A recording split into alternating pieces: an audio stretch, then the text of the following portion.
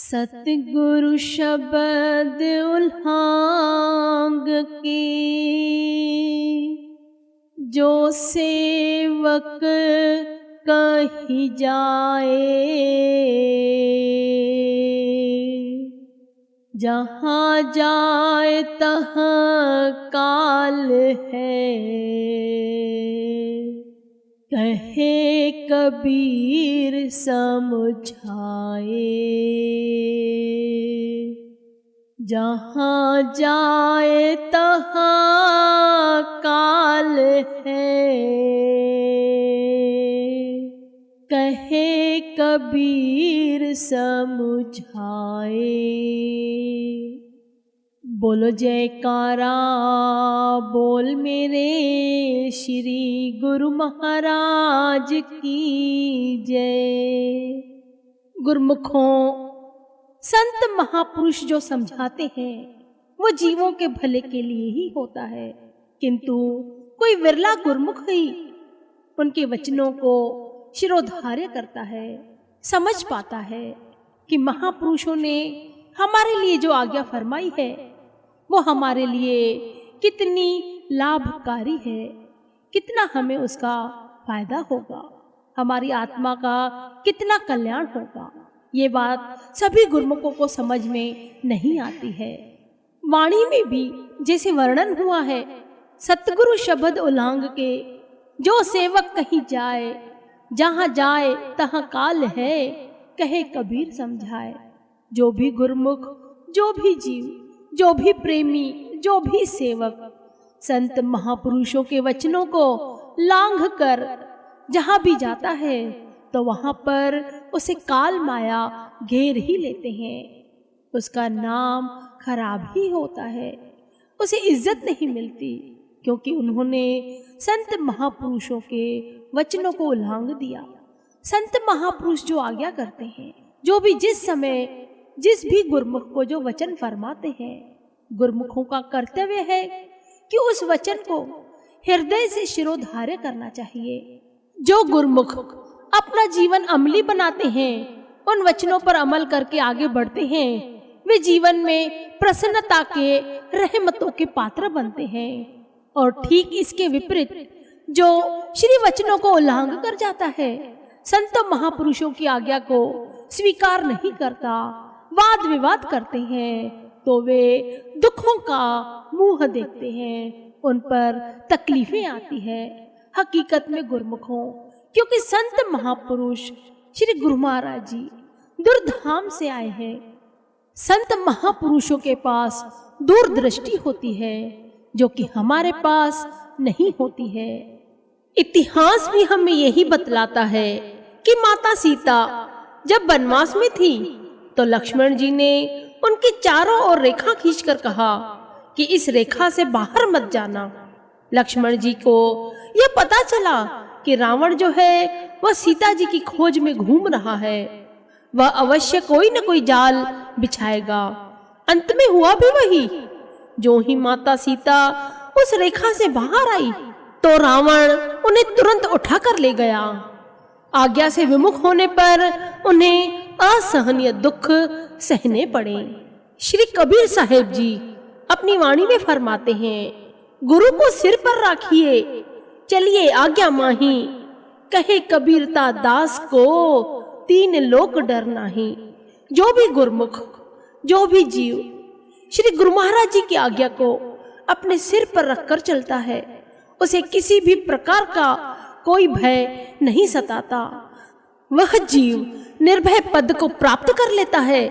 उस जीव को तीनों लोकों में किसी भी प्रकार का कोई भी भय, न धन का, न तन का, न मन का, किसी भी तरह का कोई भी भय नहीं सताता, नहीं डरा सकता, क्योंकि गुरु की आज्ञा उस जीव के हमेशा साथ रहती है, हमेशा संग चलती है। गुरुमुखों, गुरु की आज्ञा केवल इतनी ही नहीं, मात्र सुनने से गुरु की आज्ञा का अर्थ है उस पर अमली जीवन बनाना।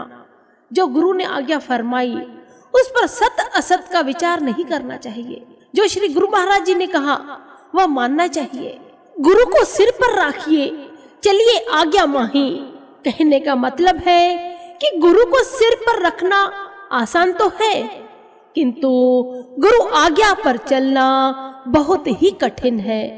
किंतु जो गुरुमुख आज्ञा पर चलकर अपना जीवन अमली बनाते हैं, वे ही आत्म कल्याण का मार्ग अपनाते हैं। उन गुरुमुखों को ही सच्चे आनंद की प्राप्ति होती है। सच्चे महापुरुषों की कृपा के वे पात्र बनते हैं, रहमतों के वे पात्र बनते हैं। असली शिष्य तो वही है जो गुरु की आज्ञा पल पल शिरोधार्य करता है, अपनी बुद्धि और अपनी चालाकी नहीं चलाता। गुरु ने आज्ञा दी है, उस पर विचार विमर्श करना, उस पर सही गलत का वाद विवाद खड़ा करना, अपने ही दिलो दिमाग में नक्शा तैयार करना, वह गुरुमुख असली शिष्य नहीं कहलाता, क्योंकि उसके मन में संशय आ गया।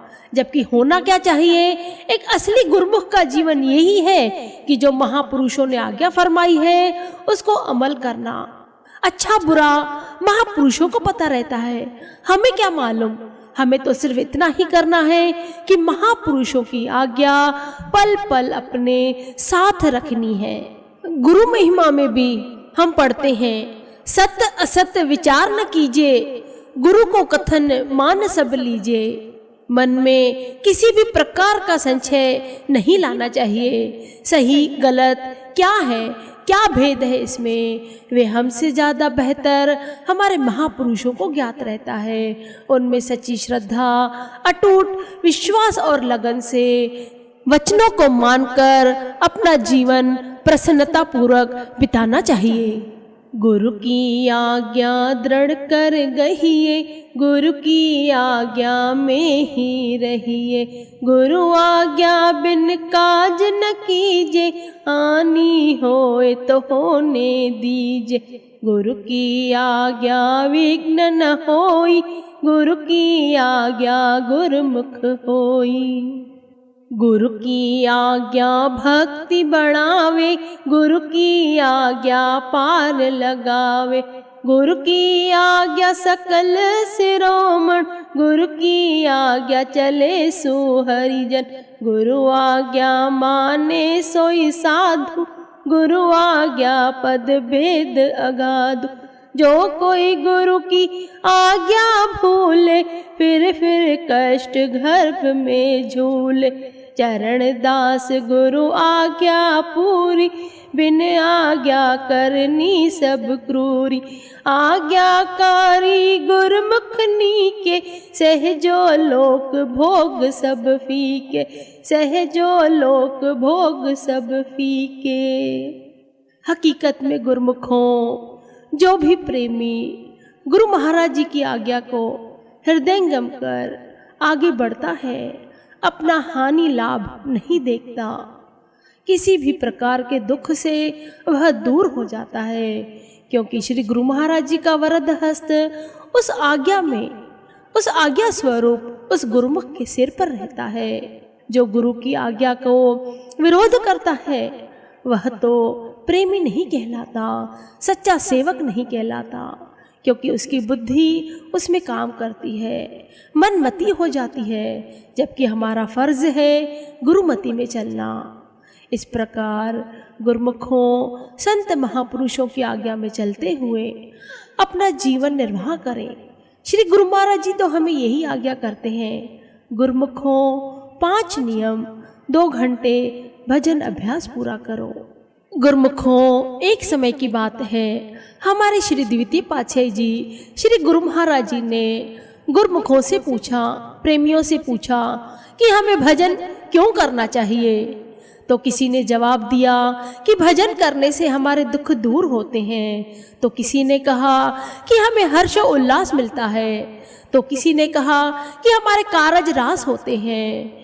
किंतु श्री गुरु महाराज जी ने ये फरमाया कि गुरुमुखों ये तो सहजे ही मिल जाते हैं, किंतु भजन हमें इसलिए करना चाहिए क्योंकि हमें हमारे श्री गुरु महाराज जी की आज्ञा है।